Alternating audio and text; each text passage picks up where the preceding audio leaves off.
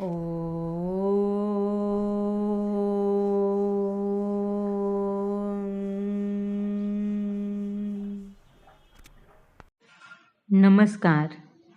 माझ्या think rich and positive चॅनलमध्ये तुम्हा सर्वांचे मनापासून खूप खूप स्वागत आहे. आज आपण श्रीमद भगवद्गीतेतील एक अतिशय अर्थपूर्ण श्लोक समजून घेणार आहोत. अध्याय 1, श्लोक 8. श्लोक: भवान भीष्मश्च कर्णश्च कृपश्च समितिञ्जयः अश्वत्थामा विकर्णश्च सौमदत्तिस्तथैव च. आता या श्लोकातील प्रत्येक शब्दाचा अर्थ समजून घ्या. भवान म्हणजे आपण, द्रोणाचार्य. भीष्म म्हणजे भीष्म पितामह. च म्हणजे आणि. कर्ण म्हणजे कर्ण. च म्हणजे आणि. समितिञ्जयः म्हणजे युद्धात विजय मिळवणारा. अश्वत्थामा म्हणजे अश्वत्थामा. विकर्ण म्हणजे विकर्ण. च म्हणजे आणि. सौमदत्ती म्हणजे सौमदत्ताचा पुत्र भूरिश्रवा. तथैव च म्हणजे तसेच. आता या श्लोकाचा अर्थ समजून घ्या.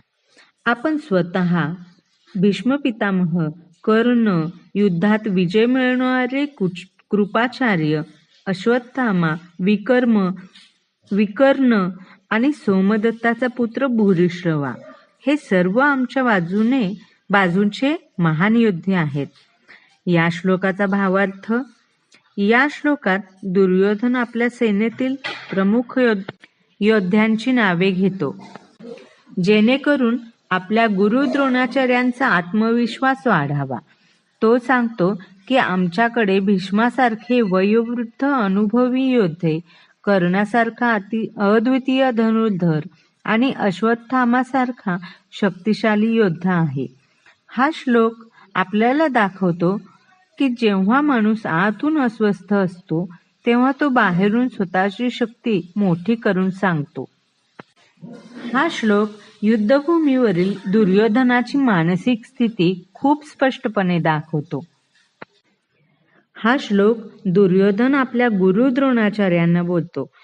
तो आधी पांडव पक्षाची ताकद ऐकून अस्वस्थ झाला आहे, म्हणून आता आपल्या बाजूच्या महान योद्ध्यांची नावे घेतो. दुर्योधन आधी द्रोणाचार्यांना भवान असे म्हणतो.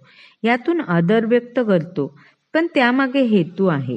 गुरूंचा आत्मविश्वास वाढवणे आणि आपल्या बाजूला पूर्णपणे ताकदीने उभे करणे.